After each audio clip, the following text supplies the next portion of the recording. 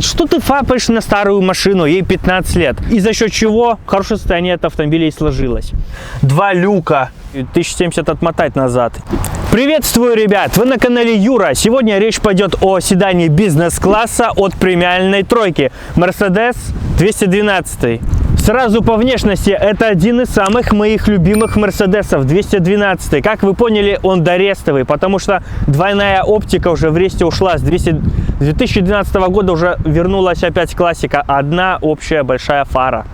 Его предшественник 211 тоже был у нас на канале и тоже, кстати, дорестовый. Ссылку я оставлю на тот обзор. Там я рассказал про 210, про этот гламур двойной оптики на Мерседесе, на строгом автомобиле. Появилась эта двойная оптика, и 210 получил по голове дубинкой за это дело. 211 уже к тому времени привыкли. Здесь уже не круглые, а более прямые грани на оптике, и такое исполнение, на мой взгляд, самое красивое. Хотя 211 мне тоже нравится, не скажу, что он как-то плохо выглядит. Все в тему.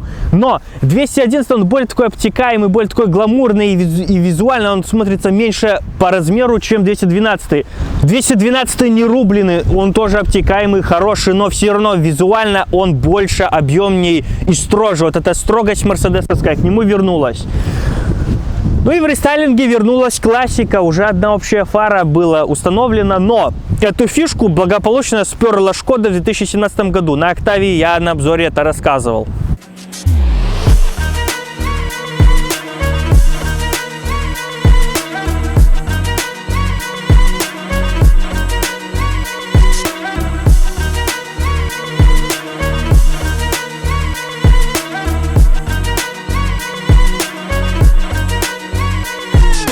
Да и в целом автомобиль красивый, бампера, накладки на пороге, спойлер, все в тему, все гармонично, все красиво.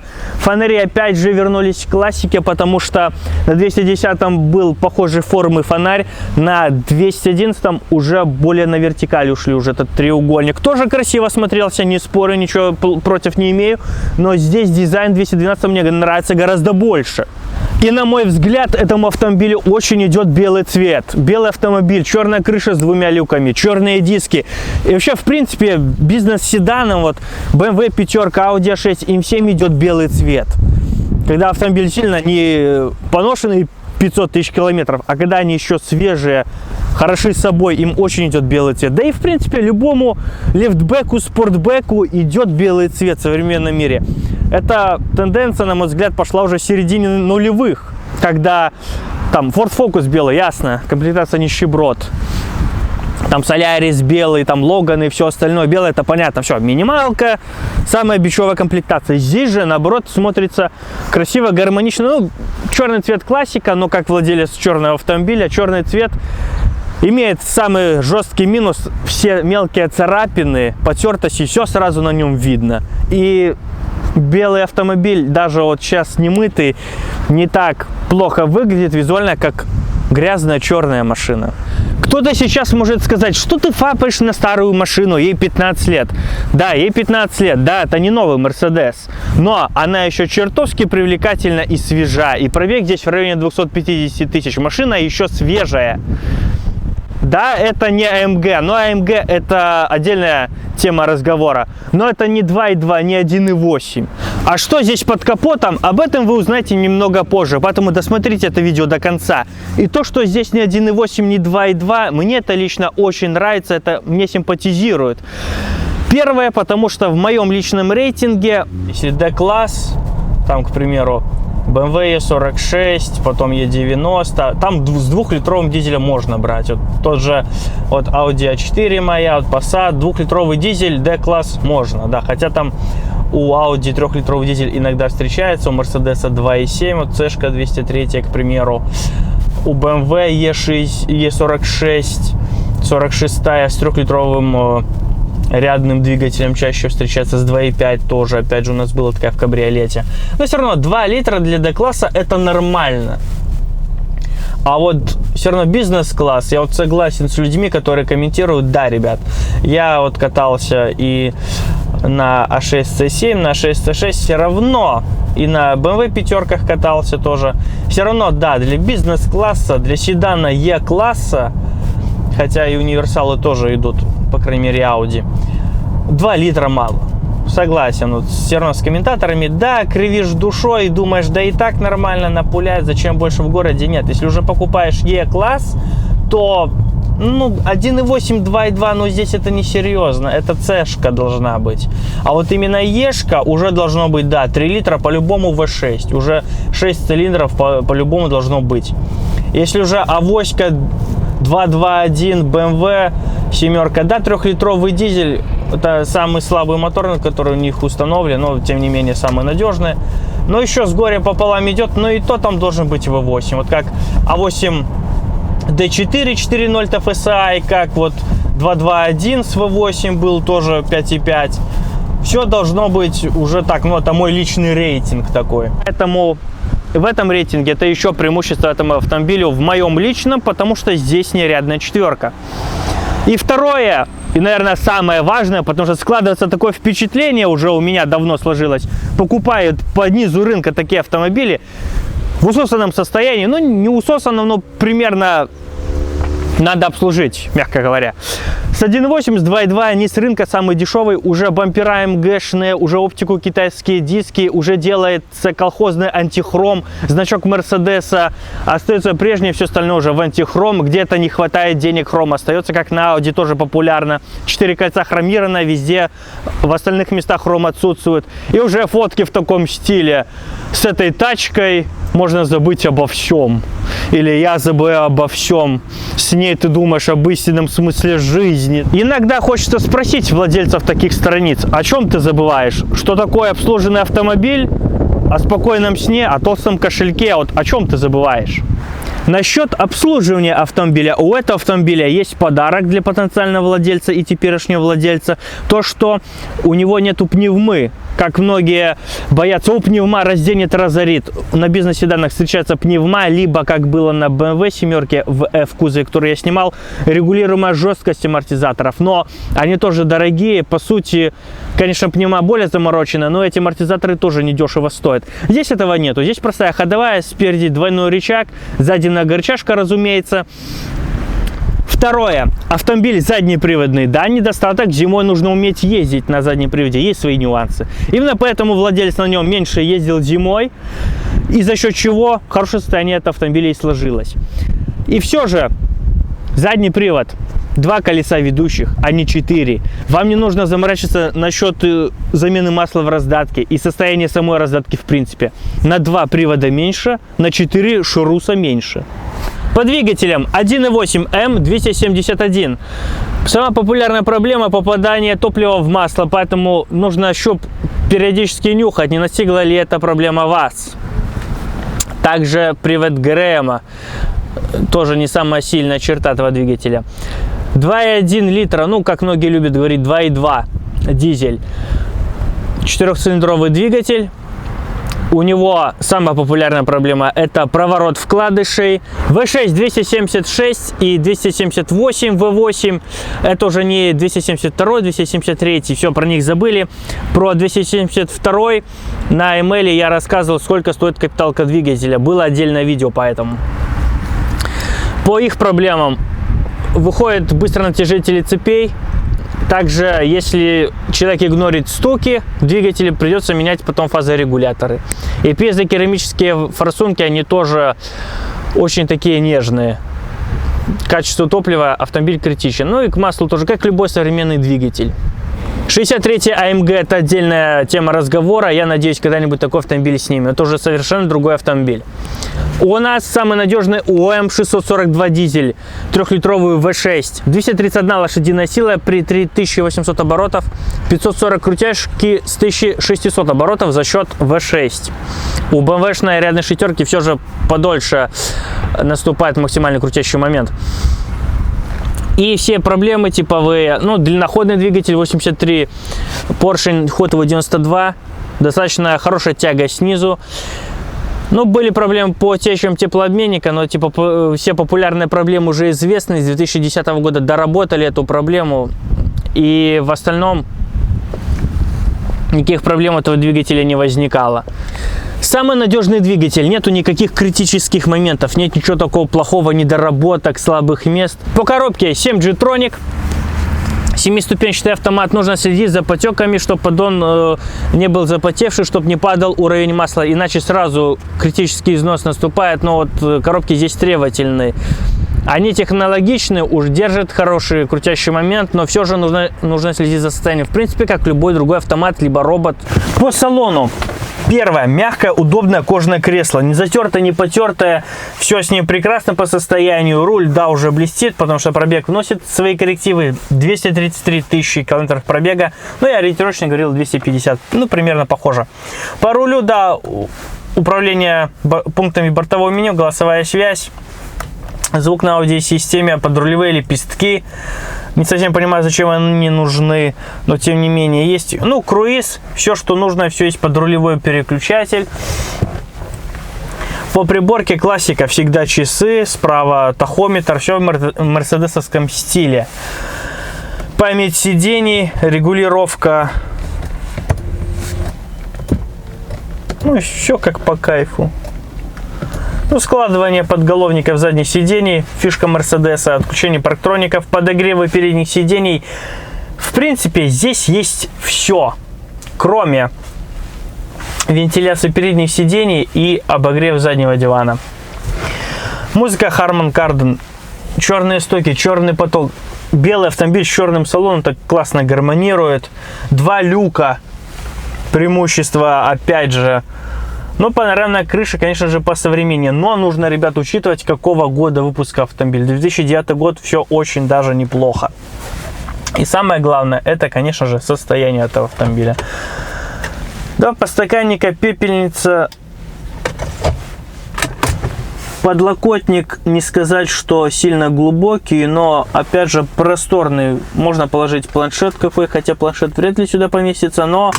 Опять же, место есть. Даже визуально на глаз здесь места больше, чем в 211. Могу ошибаться, давайте пообсуждаем это все в комментах. По материалам, конечно, так, не самый крутой пластик, но все равно он мягкий. Я говорил на BMW E65, E66, что мне не совсем нравится вот такой горб. Здесь, опять же, такая похожая тема. Мне больше нравится у Audi, когда мультимедиа вот с кнопки из ниши выезжает и, опять же, туда прячется. Более стильно, гармонично, современно. Хотелось бы, чтобы торпеда была прямой и выпуклая была только приборная панель. Но, опять же, управление радио, звуком, поднять, положить трубку, также дублирующие клавиши, подогревы сидений, отключение парктроников, комплектация у нас Авангард, управление климат-контролем, обдувами и температурой. Здесь у каждого свое, но в принципе дело привычки, и здесь я быстро разобрался, ничего сверхъестественного нету, голову здесь не сломаешь. По мультимедии у более современных автомобилей, конечно, функционал гораздо шире, чем здесь.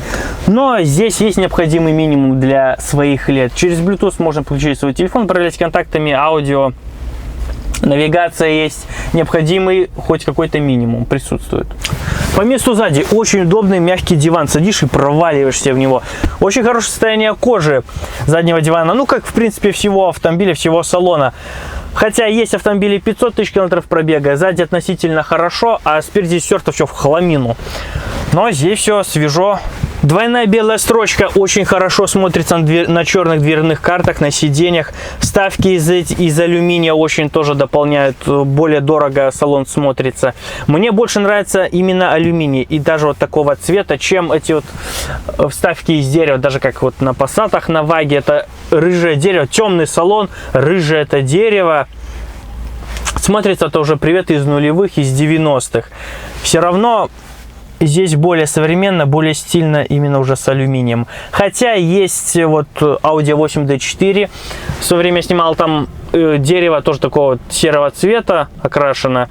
И салон там тоже бежево-серый такого цвета. Ну, больше такой бежевый даже. Ну, серо-бежевый посередине что-то. Там-то смотрел действительно гармонично. А когда у вас темный салон, даже вот серый салон, вот это все коричневое либо рыжее дерево, это как-то уже не в тему.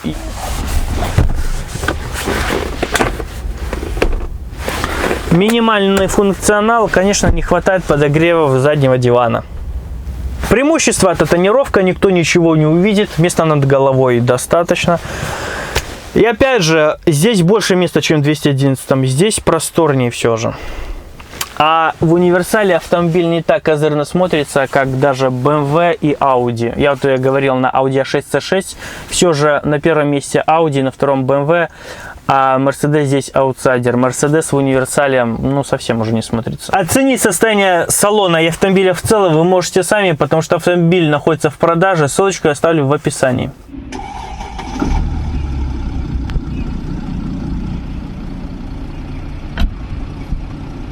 Первое преимущество 3-литрового дизельного V6 — это, конечно же, тишина в салоне. Вот эхо стоит, даже тишина, вот шумка хорошего автомобиля.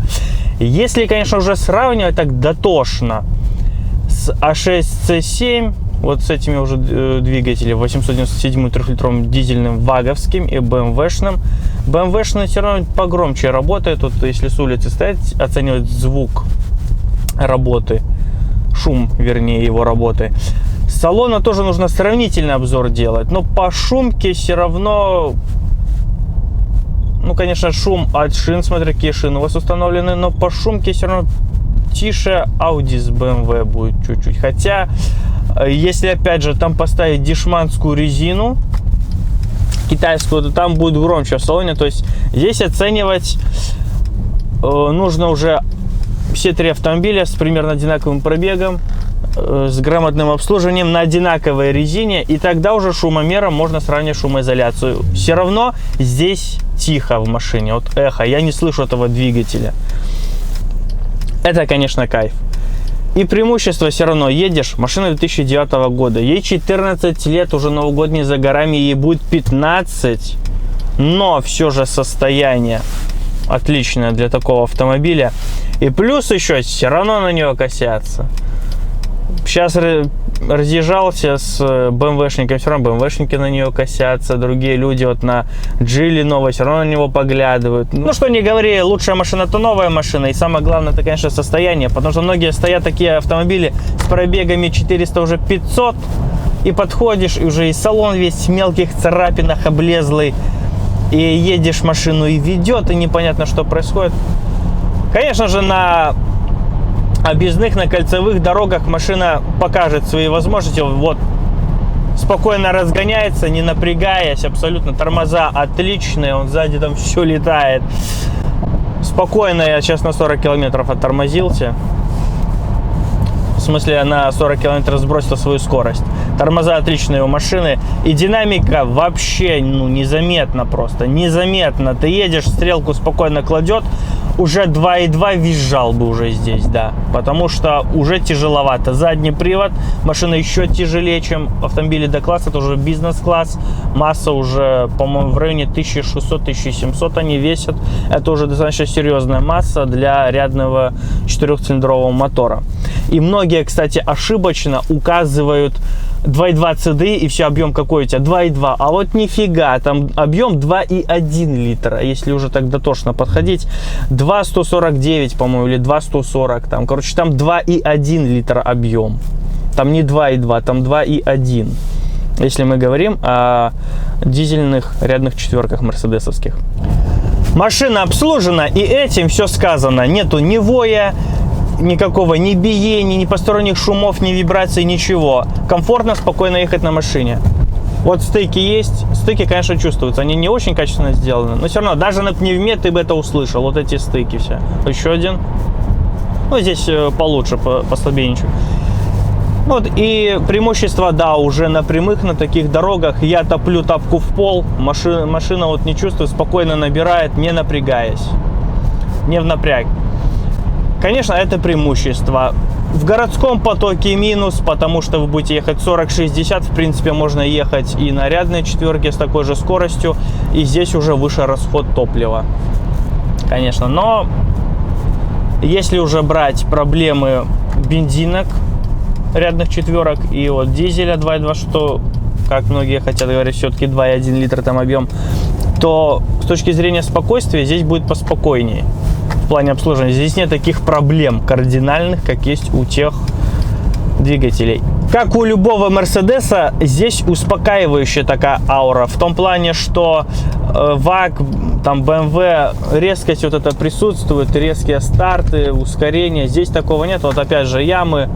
Ну, качение легкое было, чувствуется, но все равно за счет более длинной колесной базы здесь комфортнее.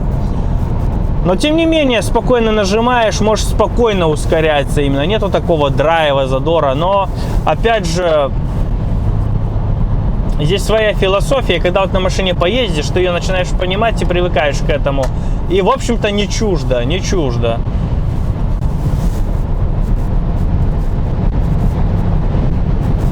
Но идет она очень хорошо, очень уверенно. Что, в принципе, и нужно для Е-класса. Здесь уже неприемлемо сидеть и ждать, когда же она разгонится, как долго это будет происходить.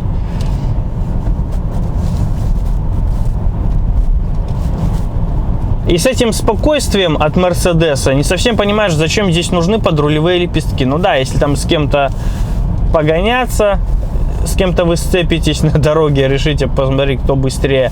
Да, они так в тему. Но и без лепестков я скажу, что машина не тормозит. Переключает коробка незаметно, плавно, четко. Опять же, преимущество обслуженных машин. Нету ни биений, ни толчков вот этих. Я не замечаю переключений. Чуть-чуть так, еле-еле заметно. Особенно если, слушая музыку и с кем-то разговаривая во время движения, если ни одному ехать, вообще их не заметите. Опять же, преимущество обслуженного автомобиля. На более резкий старт машина способна, но не позволяет нам дорога этого делать.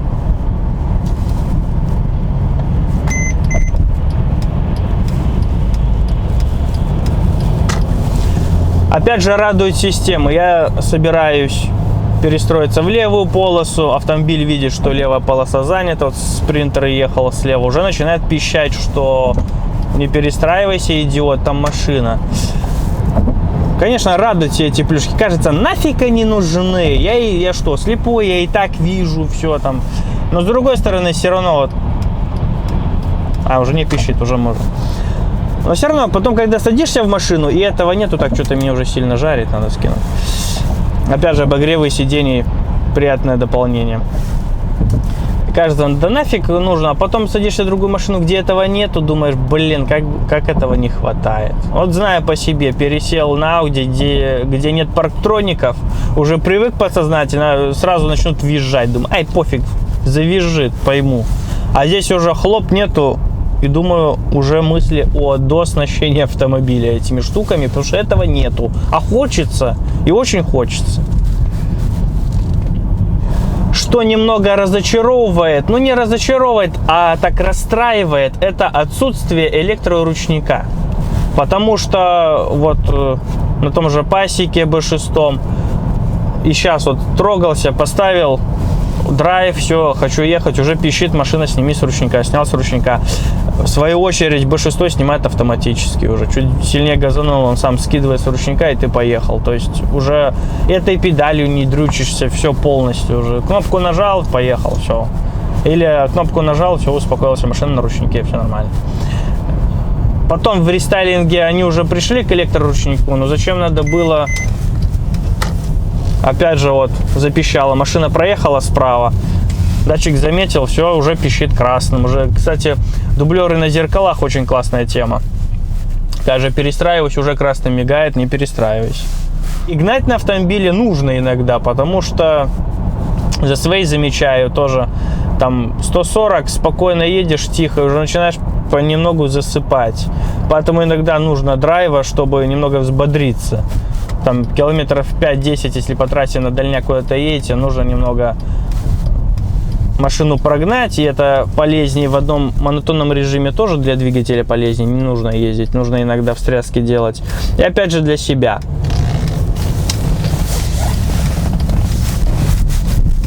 Но опять же преимущество — это еще раз V-образная шестерка.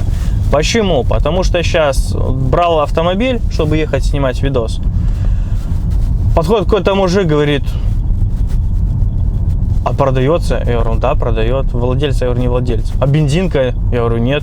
так тихо работает. Я говорю, ну это дизель. Ну нифига себе, и ушел.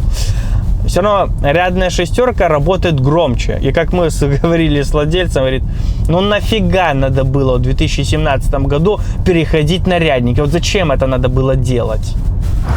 Итог у каждого свой, и он неоднозначный. Автомобиль хороший, красивый, свежий достаточно, потому что 250 тысяч там для 3-литрового ОМ642 дизельного это ни о чем практически. Они ходят по 500 000 спокойно, без масложоров, без каких-то проблем. Там дизель есть дизель, но все равно выносливей.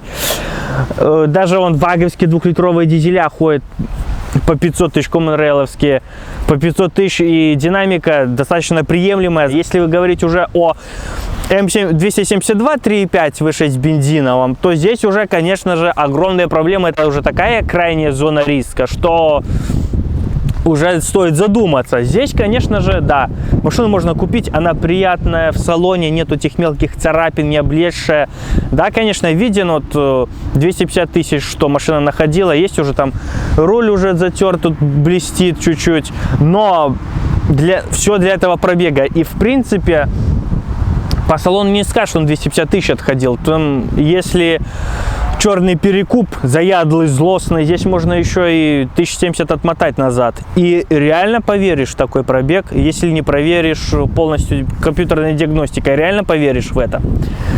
Но для многих других людей, которые любят только новый автомобиль, да, бэушный это всегда зона риска, всегда что-то нужно будет поменять. Вдруг там рычаг какой-то исходит, все-таки 250 тысяч, там помпа начнет вдруг подтекать, всякие такие мелочевки, которые не мелочевки, а с возрастом все равно могут себя проявить. Возможно, не проявят, потому что автомобиль обслужен, все хорошо, но тем не менее такой риск есть.